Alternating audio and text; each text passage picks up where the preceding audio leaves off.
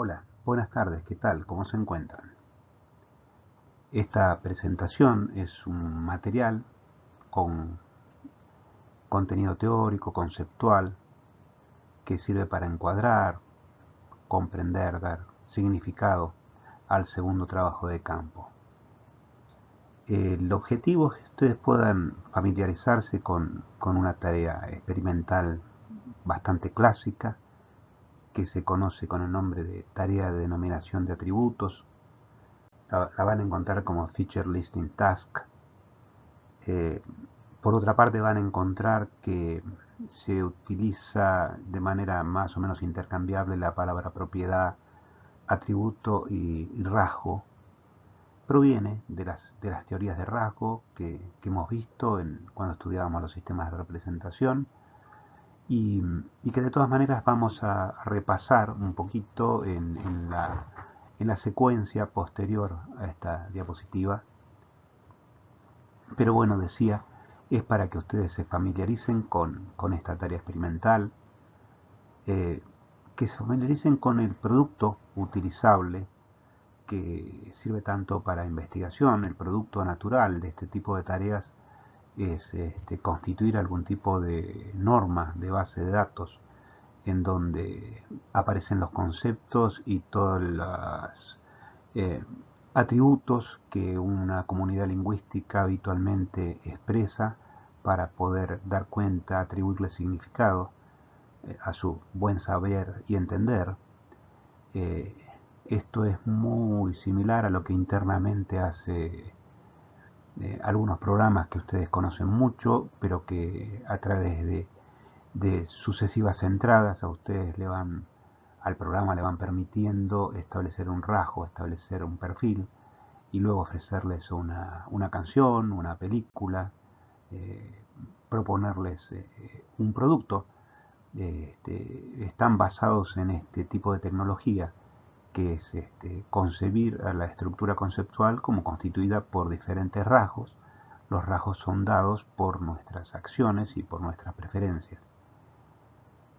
Entonces, poder familiarizarse con este tipo de paradigma experimental y también poder entrever cómo lo usan y para qué se usa. Dentro de la investigación pura y dura y dentro de las normas, por ejemplo, uno de los subproductos es encontrar para un conjunto extenso de conceptos la distancia entre ellos y permite hacer cosas como, por ejemplo, eh, poder trabajar en alguna exploración de toma de decisión en contexto de incertidumbre semántica y quizás esto dentro de un marco tecnológico donde están mapeando cómo la persona toma las decisiones y por qué camino se guía. Eh, por otra parte, durante la producción de atributos y también en su posterior lectura, ustedes van a ver claramente que algunos de los atributos o rasgos, propiedades que ustedes enuncian, van a ser del tipo nuclear, lo denominamos nosotros, esto es que son el centro semántico, el centro de atribución del significado, algunas propiedades sin las cuales sería imposible poder hacer alusión a ese concepto y en realidad a esa representación mental. Luego van a ver que hay otros conceptos, que hay otras propiedades que son a su vez conceptos, que no son tan mandatorios, que son importantes, uno los reconoce como propiedades del concepto, sin embargo no necesariamente son definitorios, y finalmente van a ver que también ustedes pueden llegar a mencionar ciertos aspectos que son propios del significado singular y particular de cada uno de ustedes. De alguna manera esto les va a permitir comenzar a acercarse e integrar una actividad de experiencia real con técnicas e instrumentos de tratamiento semántico y con técnicas de procesamiento que quizás han visto en otras asignaturas más cuantitativas, ¿no? de métodos. Así que este conjunto de ideas. Lo que sigue es toda una exposición teórica. Les va a permitir comprender mejor cuál es el sentido de aquello con lo que nos gustaría que ustedes puedan familiarizarse. Haciendo un breve repaso, ustedes recordarán, casi de su época de estudiantes, que los estudiosos de las representaciones, particularmente los que sostienen que las representaciones tienen una estructura proposicional y simbólica, se pueden organizar en 5 grandes grupos de acuerdo a la amplitud ontológica del objeto al cual tratan. Por ejemplo, en el nivel superior se encuentran aquellos que hablan de esquemas y marcos, como puede ser Piaget o Minsky. Están los que piensan en redes proposicionales a nivel frases, como el ACT de Anderson. Están los que trabajan en redes conceptuales, que trabajan también a nivel frases, a nivel, en realidad, guiones. Esto es Abelson y Schacht. Están los que trabajan a nivel de rasgos semánticos, que también lo hacen en el nivel conceptual, lexical. En este último raviol es en el que particularmente nosotros nos encontramos. Y están los que trabajan en redes semánticas a nivel conceptual, como las clásicas redes de Collins y Loftus. El antecedente más remoto de quienes trabajamos en atributos semánticos o rasgos semánticos lo dan Smith, Chauvin y Rips. Bueno, estos autores siguen diferente orden, han escrito muchos trabajos en conjunto. Sostienen que los conceptos se representan como una lista de rasgos, de atributos, que tienen diferentes pesos. Así, por ejemplo, un gato se mueve, tiene pelos, tiene plumas, no, tiene alas, no, es cuadrúpedo, sí, nada de nadar y algo nada. Entonces, la representación de gato en realidad activa las representaciones se mueve, tiene pelos, no activa, tiene plumas y tiene alas, sí activa cuadrúpedo, activa parcialmente que nada y así podemos continuar. Dentro de estos rasgos hay algunos que se han definido, se han comentado como definitorios, que son los que caracterizan precisamente a este objeto, y otros rasgos que son propios o característicos del objeto en cuestión, por ejemplo que sea blanco o negro. Es interesante destacar que en estos modelos la categoría no se almacena en la memoria, sino que se calcula por comparación de rasgos. Así, fíjense, si comparamos un pájaro, un pollo y un avión, veremos que todos tienen alas, pero el avión no tiene plumas y el pollo no vuela, de modo tal que a la derecha vemos que la representación pájaro, si 1 y 0 es activa y no activa, activa 1, 1, 1, el pájaro, alas, plumas y vuela, el pollo, alas, plumas y no vuela, y el avión, alas, no plumas y vuela. Más o menos así es como se entiende que se almacenan dentro de una red que en realidad es una red neuronal los diferentes niveles, atributos que componen un sujeto. Normalmente la forma de exploración que se utiliza para conocer cómo está organizado el sistema representacional a través de rasgos es a través de esta tarea que se conoce como Feature Listing Task, que es, bueno, es un nombramiento, una numeración de rasgos. Nosotros usamos este tipo de protocolo para levantar la información, generalmente en planillas de 15, y hay un enunciado que es más o menos común y que está compartido para todos aquellos que trabajamos en normas de atributos semánticos. Las normas son el producto de la colección sobre numerosos conceptos de este producido por nativos de alguna comunidad lingüística. por ejemplo, las normas de producción de atributos semánticos en español, que tenemos la fortuna de que sean argentinas, constituyen un conjunto de medidas y de estadísticos que le sirven a otros investigadores, de neuropsicólogos, psicólogos, lingüistas, para desarrollar teorías, para proponer modelos de organización conceptual, para estudiar modelos y diferencias en el procesamiento cognitivo, para hacer predicciones neuropsicológicas, para desarrollar modelos de propagación mental, ¿no? Para estudiar modelos de negociación entre personas, etc. Es decir, básicamente esto es un conjunto de medidas y de estadísticos que son de utilidad para los investigadores. Ustedes pueden encontrar este material en este link y todas las bases que son de utilidad están en los materiales complementarios dentro de esta revista. Están disponibles. Las normas tienen más o menos esta estructura. Generalmente se utiliza, aquí donde dice frecuencia de producción, se corta en 5 para no hacer de esto un volumen insostenible. Piensen que nosotros en las primeras corridas teníamos entre 90 y 120.000 atributos para 400 conceptos. Entonces se cortan generalmente en frecuencia 5 o mayor que 5.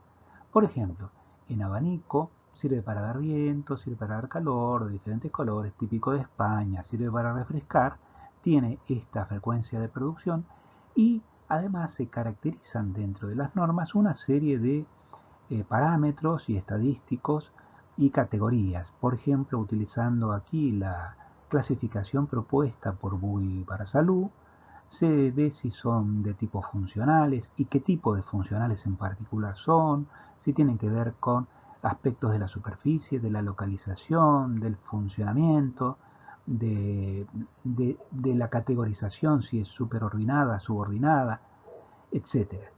Luego existen una serie de parámetros que nos indican la cantidad de categorías que incluye cada una de las atributos y finalmente una serie de medidas que se encuentran aquí a la derecha que nos indican los niveles de conectividad propuestos para estudiar la relación entre este atributo particular y el concepto. Entre ellos tenemos la clave de validez, la distintividad, bueno, si es o no distintivo, el grado de distintividad, la relevancia, etc. También hay una serie de contenidos de tipo lingüístico y psicolingüístico, como la cantidad de sílabas. En este caso incluimos también la familiaridad tomada de las normas de Laura Manoilov, la cantidad de rasgos que se atribuyeron a este concepto, cuántos de ellos eran taxonómicos, no taxonómicos, y desde aquí donde dice intercorrelación, ¿no? Fuerza de la intercorrelación, a la derecha, son todas medidas de la fortaleza de la intercorrelación entre ese atributo y todos los demás atributos que componen la base. Esto es importante porque muchos modelos sostienen que en el momento en que observamos, en que tomamos contacto con un objeto o su representación simbólica, activamos los atributos que en muchos casos son comunes, como puede ser entre todos los animales cuadrúpedos o entre todos los animales domésticos, y esto genera una fuerte intercorrelación entre estos atributos, cosa que se puede verificar también con estudios de imagen neurológico. Otra de las cosas que nos alcanzan las normas es la distancia entre conceptos, en este caso para los 400 conceptos propuestos. Aquí tienen acordeón, globo aerostático, en fin, un corte de 20 de los 400 y está marcado en color, por ejemplo, ancla y yunque o mulita y oso hormiguero, es decir, el nivel de correlación que en realidad es una medida de distancia. Esto es la medida del coseno, está tomada a través del coseno. Es el coseno en un espacio n-dimensional entre vectores que constituyen cada uno de los atributos que la comunidad lingüística, generalmente no menos de 30 personas por palabra, le ha otorgado a cada concepto. Estos vectores se constituyen con la frecuencia y también con la distancia relativa y el orden de numeración, y después se comparan entre sí en el espacio n-dimensional al que correspondan. Pueden ser 20, 30 dimensiones en casos de datos empíricamente derivados como estos. Son vectores muchísimo más grandes cuando se trabaja con datos de corpora lingüísticos tomados de bases electrónicas. En este caso los vectores pueden tener 1000, 1200 posiciones. Y en todo caso, ustedes tienen aquí en esta dirección, en este link, la posibilidad de poder calcular la distancia semántica entre dos conceptos utilizando esta técnica, simplemente cargándola en un TXT que tenga como nombre el concepto que están estudiando. Es decir, que componer dos y en una lista en un TXT, es decir, en lo más simple que se les pueda ocurrir, donde esté el atributo y la frecuencia del atributo, por ejemplo, como la que ha aparecido el atributo, poniéndola de orden decreciente, ustedes pueden correr el programa y les va a devolver para cada uno de los conceptos que ingresaron cuál es la distancia al resto de los que ingresaron. Esto está disponible. Cuando uno estudia el comportamiento de estos 400 objetos concretos que componen las normas, generalmente tienen una distribución de izquierda a derecha y de mayor a menor similar a esta.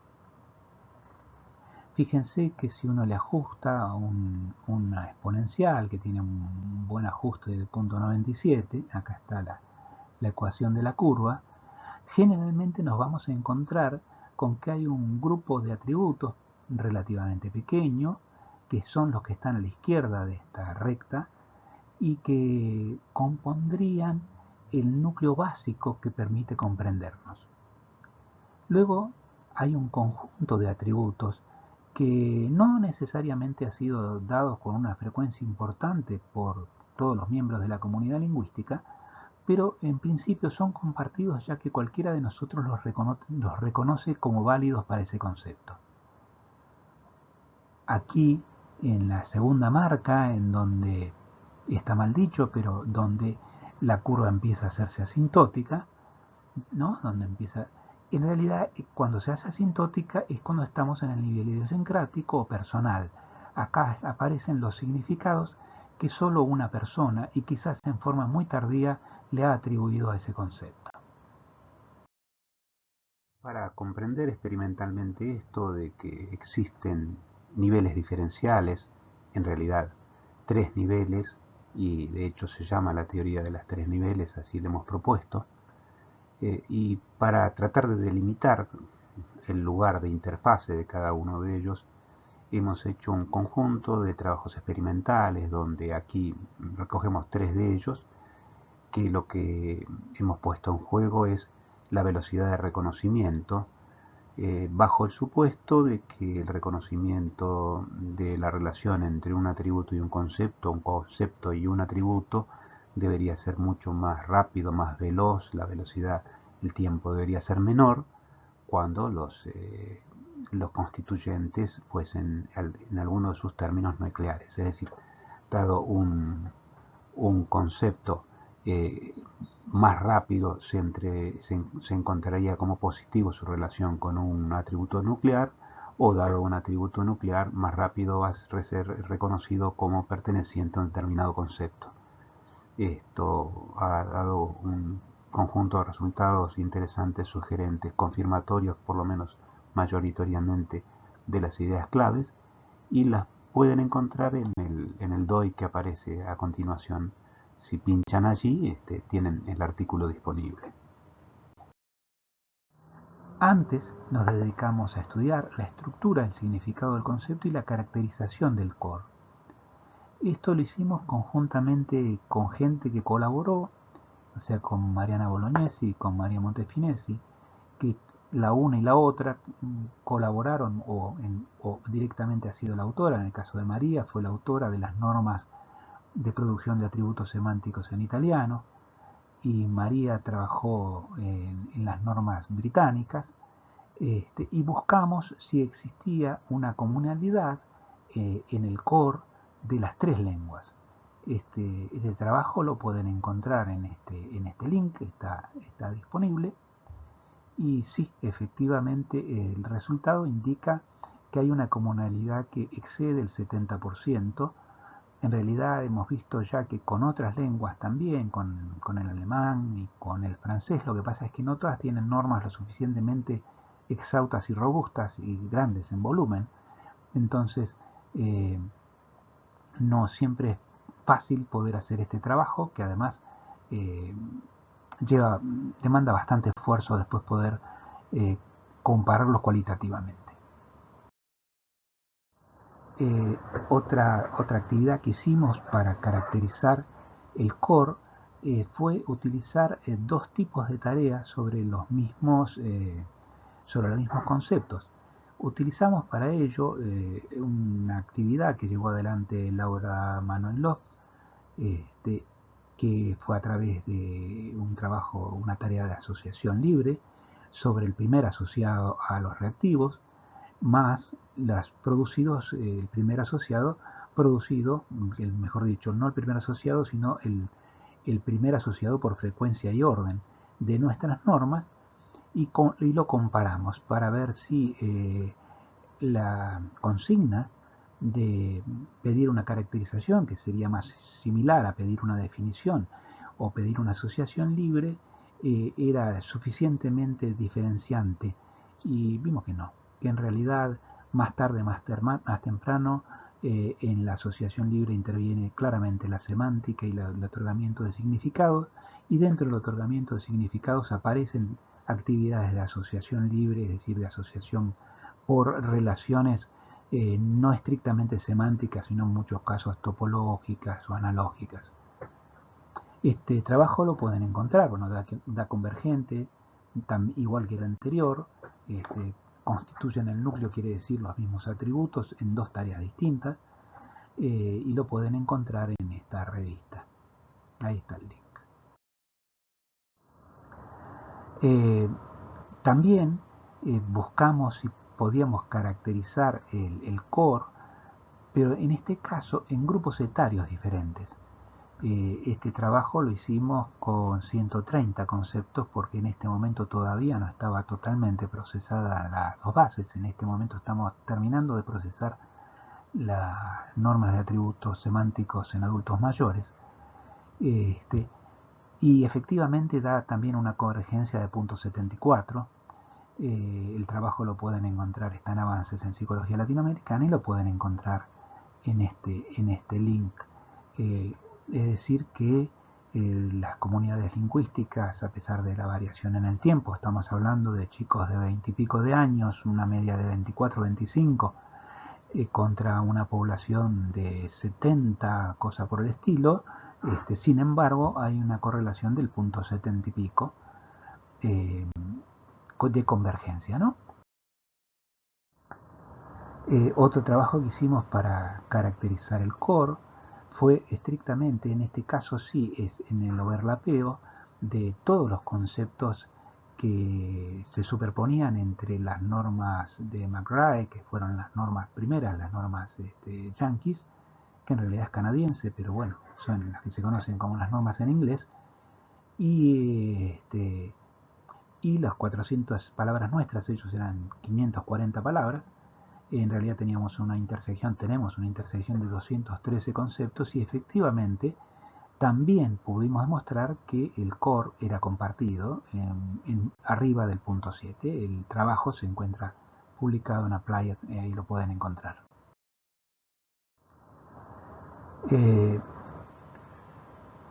Otro trabajo, está en evaluación, es ver el core, pero a partir de diferentes medidas de conectividad, ya que tomamos una medida propia, que ustedes la van a conocer luego como Definition Finder, que conjuga frecuencia con orden relativo, y otras medidas de conectividad que se han propuesto. Y bueno, la caracterización apunta a que nuevamente se consolida las mismas palabras independientemente de las medidas de conectividad que uno utilice. O sea, todo parece indicar que no hay duda alguna que existen core features. No es tan claro cuál es el límite entre el núcleo y lo que es parcialmente compartido. Hay una frontera, es una frontera móvil, es una frontera difusa y es bastante difícil de modelar. También comparamos en mayores con y sin patologías y en jóvenes las características del core. Bien, aquí esto está publicado en Alzheimer y Demencia. Encontramos, bueno, al revés, en este caso encontramos las diferencias significativas que se van produciendo, la bifurcación que se va produciendo en la medida en que aumenta la evolución de la enfermedad. Este grupo, Leticia en particular, está trabajando en el Mini Linguistic. A futuro, cuando esté finalizado en las normas de producción de atributos semánticos en mayores, estamos trabajando entre 60 y 80, con las mismas 400 palabras que los jóvenes, estamos encarando dos trabajos. Uno es una comparación del core con las técnicas canónicas de análisis de redes sociales, con las técnicas canónicas y con análisis de redes sociales, ya que hay ciertas medidas de la RS que parecieran discriminar bastante bien. Esta es una propuesta tomada del Mental Lexicon, en la constitución de las redes en niños, en adultos jóvenes y en adultos mayores. Lo que sucede es que los grados, entendiendo grados como grados de entrada y salida de la red, se amplifican desde, mejor dicho, acá tenemos el seguimiento, lo podemos hacer aquí, en verde claro. Crecen en los niños y luego declinan una vez que uno, o sea, toman su máxima expresión cuando es adulto joven y luego tiene una bajada hacia el adulto mayor. Ahora, el tamaño de la red fíjense que es curioso porque está en permanente aumento. Es decir, el capital lexical, salvo que haya déficit, en todos los casos nosotros estamos trabajando con personas sin patología, el capital lexical solo tiene la capacidad de crecer, aunque puede pasar que no nos acordemos de la etiqueta verbal a la que queremos aludir. Una cosa también interesante y que es la contrapartida de es que si tomamos los coeficientes de clusterización, son cada vez menores, o sea, son altos en los niños, son medianos en los adultos jóvenes, pero son bastante abiertos en los adultos mayores. Fíjense que esto es, el abuelo se fue por las ramas, es decir, esa capacidad de ir pasando a partir de un disparador por diferentes categorías y por lo tanto abriendo el clúster. Finalmente, la utilización de short paths, de la longitud de los paths, se acorta notablemente del niño al adulto joven y a medida que uno crece, como justamente se pone un poquito más voltero y quizás más charlatán, los pasos empiezan a ser más abiertos y más largos, menos conectados. El trabajo que estamos haciendo es con los mismos datos tomar un proceso de Machine Learning que, bueno, con un paradigma que se llama aprendizaje profundo, ¿no? Que lo que hace es tomar una base y enseñarle, esto lo estamos haciendo en colaboración con el grupo de bioingeniería del ICITE, y luego mapear uno en otro. En este momento lo que ustedes están viendo es los niveles de similaridad mapeados entre los grupos cruzados, es decir, entre los 400 términos, en este caso, mentira, no son los 400, es una prueba que hicimos con 139, por eso dice 140 acá. Estamos en eso hasta que no tengamos absolutamente consolidado, porque vamos a trabajar con la totalidad de las bases. En este caso lo vamos a hacer no cortado en 5, sino con los 80.000 contra 80.000. Entonces va a surgir otro tipo de picos, pero bueno, vemos que existe, este es el nivel de convergencia al que yo le hacía alusión hace un rato. Fíjense el pico rojo que está indicando niveles de correlación próximos a 0.9, como encuentran en la barra de la derecha.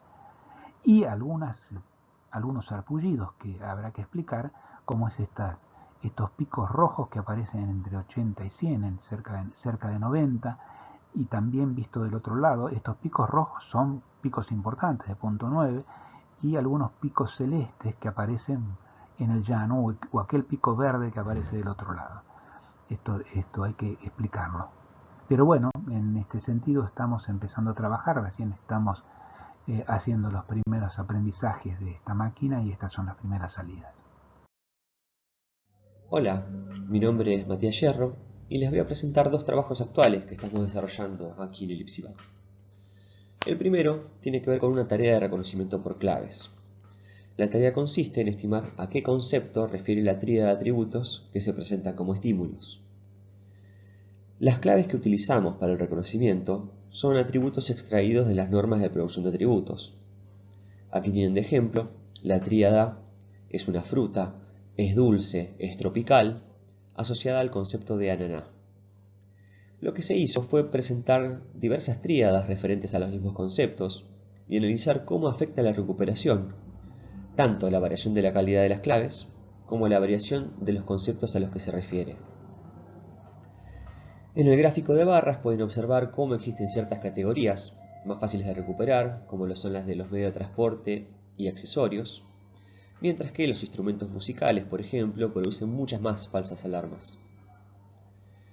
En este contexto decimos falsa alarma cuando la persona recupera otro concepto, diferente a la respuesta esperada, pero aún así válido. Para la tríada de ejemplo, se considera la palabra mango como una falsa alarma. También analizamos qué propiedades de los conceptos facilitan su recuperación, y la propiedad que más influye es la de adquisición. Aquellas palabras adquiridas más tempranamente son recuperadas de un modo más eficiente. La segunda línea de trabajo sobre la que voy a hablar es sobre las normas de producción de atributos semánticos para palabras que designan emociones. Hasta ahora, la mayor parte del trabajo sobre normas de producción de atributos se hizo sobre conceptos que remiten a objetos concretos, aunque existen algunos breves trabajos sobre conceptos abstractos. Por medio de tareas de producción de atributos, sabemos que la producción de atributos para conceptos abstractos es algo diferente a la producción para concretos. Los abstractos presentan una mayor cantidad de atributos. Estos atributos son a su vez menos comunes, es decir, hay varias maneras de significar lo mismo. Y los atributos suelen ser más de naturaleza asociativa que perceptiva. Estas diferencias con respecto a la de los concretos dan fundamento a la importancia de contar con normas para comprender la representación semántica de las emociones. Como resultado parcial de este trabajo, presentamos en pantalla una clusterización de conceptos corporizados asociados a emociones. Es muy interesante notar que ya desde la constitución semántica de los atributos, estos se agrupan según emociones básicas. Pueden encontrar en el gráfico en pantalla conjuntos asociados a la alegría, a la ira, al miedo y a la tristeza. Además, pueden verse a la izquierda graficados algunos agrupamientos de valoraciones cognitivas y, además, en el centro pueden verse dos agrupamientos contrapuestos que discurren entre polaridades de activación emocional. Gracias por el espacio, los dejo nuevamente con Jorge. Por otra parte, y finalmente para terminar, se están produciendo, estamos trabajando en colaboración con dos grupos, con un grupo de Italia y con un grupo del CIRME de Udelar, en realidad Aguirre es mexicano, pero vive en Uruguay, sobre normas de producción de atributos en poblaciones especiales. Ya tenemos la totalidad de los datos tomados replicando las normas Blind de Lenzi. Y bueno, ahora tenemos que hacer el procesamiento para ver qué tan similares resultan videntes y no videntes, y ciegos y no ciegos, italianos y argentinos. Y estamos colectando datos todavía en población sordomuda, en colaboración con el doctor Aguirre y con la gente del instituto.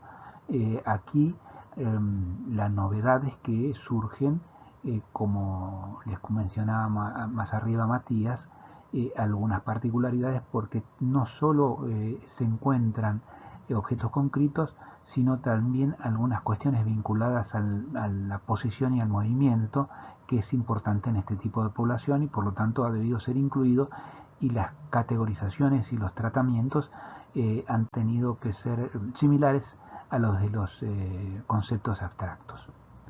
Muy bien. Les agradezco muchísimo por su atención y esperemos que pasada la pandemia nos podamos encontrar en tan linda playa y podamos disfrutar la noche como lo estábamos haciendo el verano pasado. Adiós, hasta pronto.